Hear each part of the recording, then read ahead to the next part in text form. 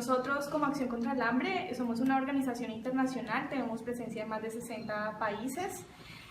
Aquí en Colombia tenemos presencia desde el año 97 y ahorita mismo tenemos oficinas en La Guajira, aquí en Córdoba, en Nariño y en Putumayo.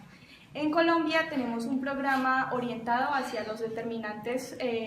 digamos, directos e indirectos de la desnutrición. Entre ellos pues está el acceso a un agua segura, a saneamiento básico, a prácticas de higiene adecuadas, a una atención nutricional y en salud adecuada para que los niños puedan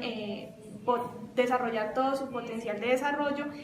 y a trabajo con medios de vida que tiene que ver con emprendimiento, empleabilidad y seguridad alimentaria, como por ejemplo el desarrollo de huertas familiares o comunitarias para promover el acceso a los alimentos a nivel familiar y comunitario. Bueno, en Colombia cada 5 años se hace la encuesta nacional de seguridad alimentaria, la encuesta nacional de situación nutricional, que se llama la ENSIN. La última versión de esta encuesta salió en 2010 y ahorita estamos a puertas de que publiquen la última versión, porque se supone que cada 5 años sale, que estaría saliendo más o menos a mediados de este año. Esperamos todos los nutricionistas con ansias que publiquen la encuesta.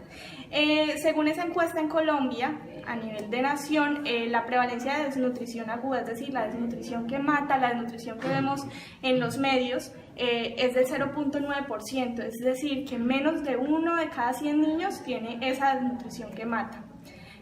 Esa encuesta, como les digo, es un poco viejita porque está de 2010 los últimos datos, y el operativo de campo pues se hizo un poco antes de que la publiquen.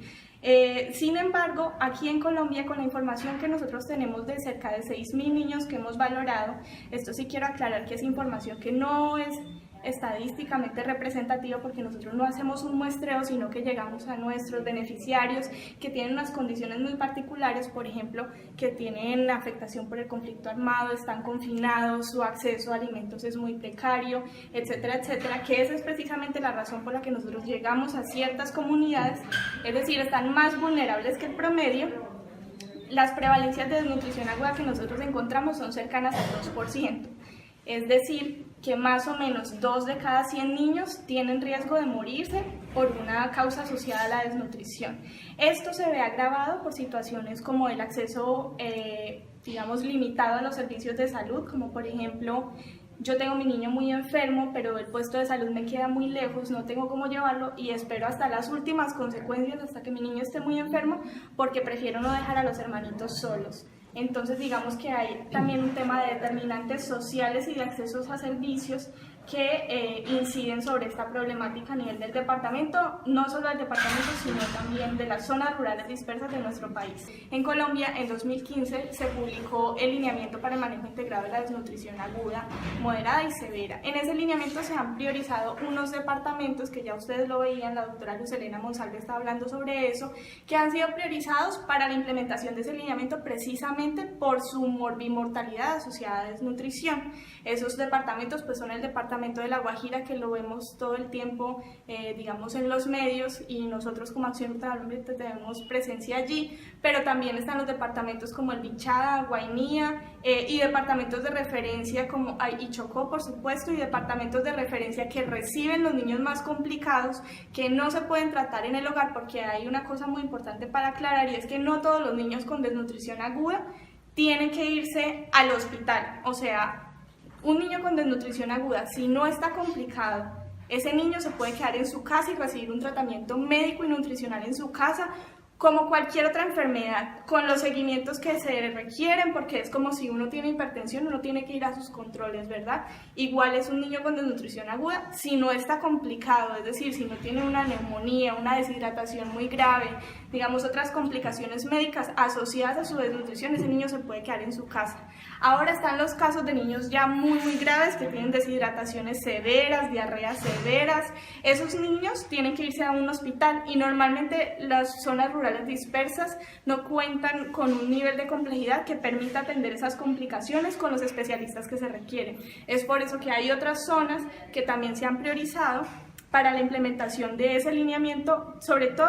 por el manejo intrahospitalario que se le debe dar en otras zonas de referencia. Nosotros, particularmente como Acción contra el Hambre,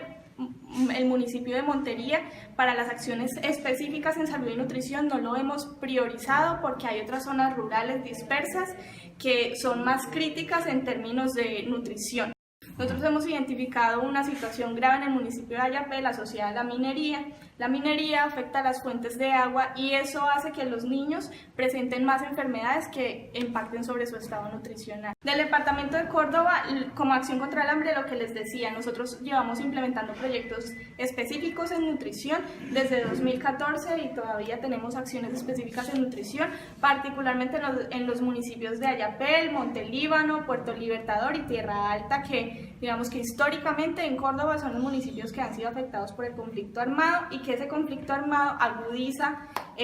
todo lo que tiene que ver con los servicios de salud, con el acceso a esos servicios y también con el estado nutricional de los niños. Es una pregunta muy interesante. Nosotros, como les comentaba, desde el año 98 que trabajamos en Córdoba, es decir, que llevamos casi 20 años trabajando en este departamento, en zonas que son críticas en términos de afectación por el conflicto armado.